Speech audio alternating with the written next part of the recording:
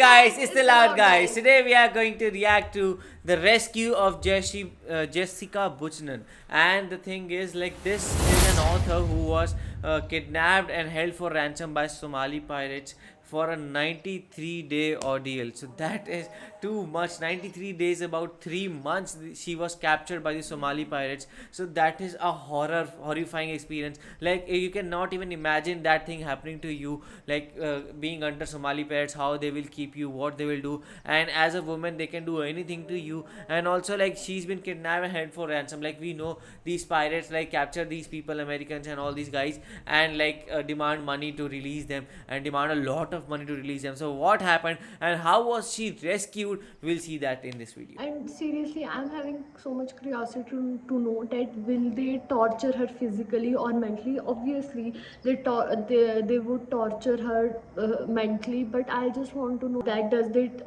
basically torture her physically too? And 93 days is not a short period; it's too much period for torturing someone, and it's so bad to know that how one could torture someone for like 3 months. It's insane. And a person, the person also tired mentally, that and the person also lose hope. So I just want to know that does she lose the hope, or does they treat her, does they torture her mentally or physically? So let's watch the video. And also, it would be very horrifying to the one who is rescuing her. Was how did they do it and what happened? So let's watch the video. Tonight, for the first time, we have the story of the rescue of Jessica Buchanan.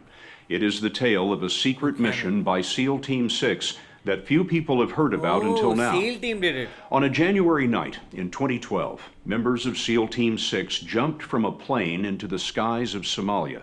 Wow. Jessica Buchanan was being held hostage, and the SEALs were descending just in time. Buchanan was a humanitarian aid worker who had come to help children in one of the most dangerous places on Earth.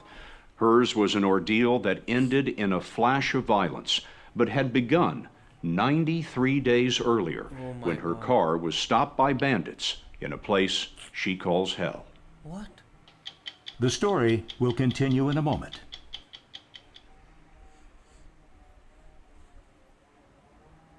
We stopped very abruptly, like so abruptly that I felt like everybody just fall forward.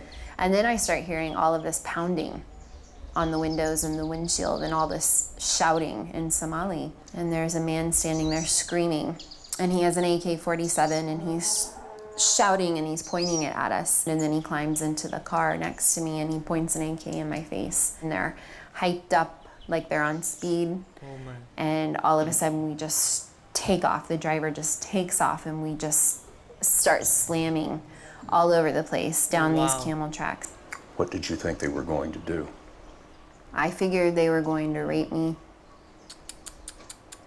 and then kill me. Oh. And I just keep That is thinking, so horrifying.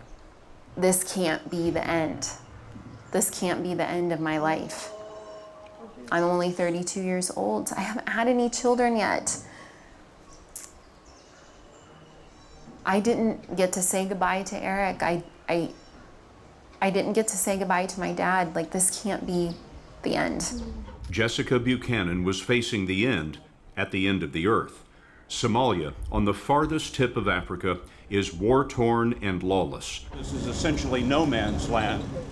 Militias battle over an unforgiving land, as we saw while covering a famine there in 2011. It was the same year that Buchanan was with a Danish charity teaching children how to avoid landmines. On October 25th, her car was hijacked. The driver is driving like just a madman. We're bouncing all over the place. My head keeps hitting the window. It keeps hitting the roof. I'm holding on to the side, the handle on the Land Cruiser, just trying to keep myself steady. What happened next? It gets dark and we've changed vehicles a couple of times. More people have come, they're screaming. And I hear from behind me a higher pitched voice going on in Somali, and I think, my God, they have a woman involved in this. And I turn around and I see a small child in the back of the Land Cruiser with an AK-47 My God. draped in ammunition. And I think the irony of why I came to Africa in the first place. Exactly the kid you were trying to save. Yeah. A child soldier. Yeah. What was he doing? Learning the trade. She'd been kidnapped along with a co-worker, Paul Fisted. They drove into the night and then were ordered to march into the desert. And they tell us to get down onto our knees. And I think, okay, this is it. Like, I'm bracing myself to be shot in the back of the head. Whoa. And I think that there's mercy in the fact that maybe they're not going to rape me first, but that it's just going to be quick. Oh man. And I'm waiting, and I'm waiting. And then all of a sudden somebody shouts from behind us, "Sleep." And I'm thinking, oh my God, I didn't hear that correctly, did I? He just said sleep. How She collapsed, scary it was. slept through the night, and the next morning was met by the man who led the bandits. And we ask him, are you going to kill us? Is that why we're here? He says, no. Money. We just want money. How much were they asking for? They started out at $45 million. They thought you were pretty 45 valuable. I guess million. so. The bandits used her cell phone to call her husband, Eric Landemam. The two had married on an African beach 2 years before. Oh my But God. his number and the numbers of Buchanan's family had all been disconnected. It was part of the charity's emergency plan. The one number that worked was her Nairobi office with a hostage negotiator standing by. And so began months of talks. Where did they keep you? Day in, day out? Under trees Under Under trees. trees? and outside. You were outdoors for 93 days? Yeah, and in the night, they forced us to sleep out in the open. What were the nights like? Long and cold. Then the rainy season hit, and it would rain all night long, and you're already freezing, so then you're sitting there wet. What were you eating? Tuna fish, maybe once a day. We would get a small can of tuna fish and a piece of bread. Did you Piece feel of like you bread. were beginning to lose your humanity at any point? Yeah, I mean, they treated us like animals. To be so sick that, you're vomiting behind bushes and you can't walk straight, and you're laying in the fetal position on the ground under a tree, and they don't care. Yeah, Their my duty God. was to It keep me so from scary and gross. dying, because then I wasn't worth anything. They were in the hands of men and boys who were chewing khat. It's a plant with the same effect as amphetamines. They were so hyped up on speed. It was like drinking pot after pot of coffee, and then the crash would come, and then it brought a lot of belligerence and a lot of anger and a lot of temper. You and Paul came up with nicknames for a lot of the people who were keeping you. That's one of the ways you kept yourself occupied. We did. The 10-year-old boy? Crack baby. He Crack was cracked baby. out all the time. He was chewing khat, and he had 2 black holes for eyes. There was nothing inside. This is one of the camps where she was held. Oh my God. The bandits hit her, pointed their guns at her, and put a knife to her throat. But it was exposure that took a toll. She lost 25 pounds.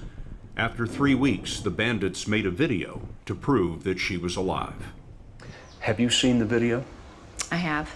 Paul and myself, Jessica, we are Oh my safe. Oh God. my God, just look at her. I can tell Yes. I'm starting to lose hope at that point. But hope would have to last for 2 more months. 2 more months. As the many weeks went by, did you think the American government's watching me, they know where I am, and somebody's going to get me out of here? No, Why? I think she's trust- such because a I'm just strong an aid lady. worker. You didn't imagine that the President of the United States knew your name. Never. Never in a million years.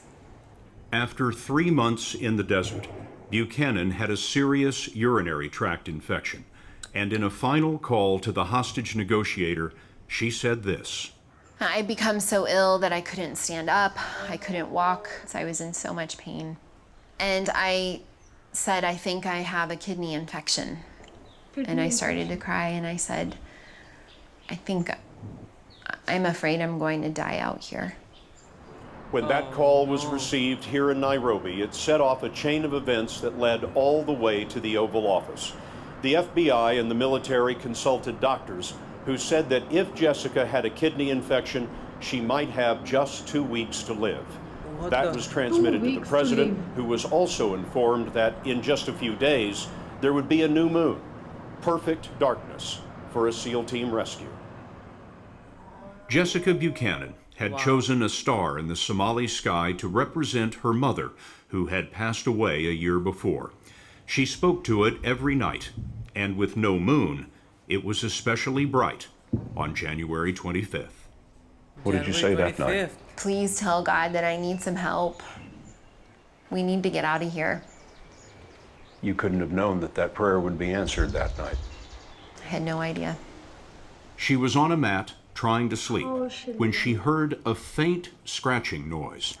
One of the bandits she nicknamed Helper heard it too. And I see this look of just sheer terror on Helper's face. And then all of a sudden, it's just this eruption of gunfire. Oh. And I think, okay, well, this is it. This really is truly the end. Wow. And I cover up with my blanket again, and I just start saying, oh God, oh God, oh God. And I just remember thinking, or maybe I'm saying out loud, like, I cannot survive this. She thought she was being taken by a rival group, maybe Al-Shabaab, Islamic extremists who would surely kill her. And then all of a sudden, I feel all these hands on me, roughly grabbing at me. And I try to protect myself, and I pull the blanket closer on top of me, and then I hear my name. But it's not a Somali accent, it's an American accent. Oh my God. The relief. And I can't compute, like I can't understand that somebody with an American accent knows my name. And they say, Jessica, we're with the American military. We're here to take you home. It was such a relief And you're moment safe. for her. And they pull the blanket down from my face, and all I see is black masks, black sky, and all I can say over and over is, you're American. You're American. I don't understand. You're Americans. Thinking, how did you get here? And I'm still alive. And they ask me where my shoes are, and I don't know. And one of them picks me up and starts running. He runs for several minutes and puts me down on the ground. And then they identify themselves, and that they knew I was very sick. And they have medicine, and they have water, they have food, and they've come to take me home. At one point, I think they thought they heard something, or I don't know, this group of men who's risked their life for me already asks me to lie down on the ground because they're concerned that there might be someone out there, and then they make a circle around me, and then they lie down on top of me to protect me. Wow. And we lay like that Seriously. until the helicopters come in. When all of those SEALs laid down on top of you, you were the most important thing in the world to them. It's really hard to comprehend. They were going to take a bullet for you. And they're so kind, and they're so gentle, and they are trying to assist me to get to the helicopter. But I think I've been out here for months I can run to this helicopter myself, and so I just break away and I just take off running through the scrub, through the bush, and I throw myself onto that helicopter Wow. and push myself up That against ray the of wall. hope. And I don't start breathing until we actually lift up off the ground. Wow. And they hand me an American flag that's folded. What did you think of that? The meaning. I just started to cry. At that point in time, I have never in my life been so proud and so very happy to be an American. Wow. Wow. The SEALs left on other I'm helicopters. getting She didn't see goosebumps. their faces, didn't hear their names. They appeared, and they were gone. Wow. The only thing left in the camp were 9 dead bandits. She could not even thank them. Mr. Speaker! It all ended just hours before the State of the Union address. As the president walked in, he had a secret with Defense Secretary Leon Panetta that almost no one understood until later. Good job I'm tonight. seriously, Good job tonight. I'm seriously feeling so After happy the speech, for her. President Obama called Buchanan's father. Jessica met her husband, Eric, at a U.S. base in Italy. I just couldn't believe he was standing there and that I was standing there. And we had a second chance. Wow. And then later we flew to Portland, Oregon, and I was reunited with my father and my brother and my sister and her husband. What was the first thing you said to your father? Thank you. Daddy, I'm alive. I love you. I'm so sorry that you had to go through this. Wow. Wow. She is a true But we made it. daughter. He made it. So did her Danish co-worker, Paul Fisted, who was also rescued by the SEALs. He said later that his lucky break was being captured with an American. Jessica Buchanan has told her story in a new book, Impossible Odds, coming out this week. You may recall that she said that her first thought when being taken was that she was too young to die because she hadn't had children. Well, she's taken care of that too. She and her husband have a baby boy, and they've moved back to the States. Seriously, I'm speechless. And I literally, after watching this video, I'm having a huge respect for the Jessica and also for the American Army. And I'm so proud of her. Like, she's such a strong lady, and it's it's insane how one could survive for like 30 days for 90 days in such a bad condition. They just used to give her a fish or a bread or just a piece of bread. So it was very cruel, and she told me that she lost her humanity. They used to treat her like an animal, and most importantly, for her, when basically they said that we're gonna not kill you right now, then she thought that they're gonna rape her, but after that, when they said that no, we're gonna not kill you, just sleep. So I think that was a very relaxing moment for her. And when the American Army came to save her, yeah, it would be the most respectful and proud moment for her. And when she said that I am very young to not die, I think she was just, and she basically, I think she attract the she manifests the good things only for her. And most important, on that time she was so much mentally strong. And if this would happen for a person like me, or some for a very weak person, then they will die in a week or 2 months or a month, because it's a power of your brain only. But she was such a strong lady. She understood that no, I'm not going. She made herself understand that she's not going to die.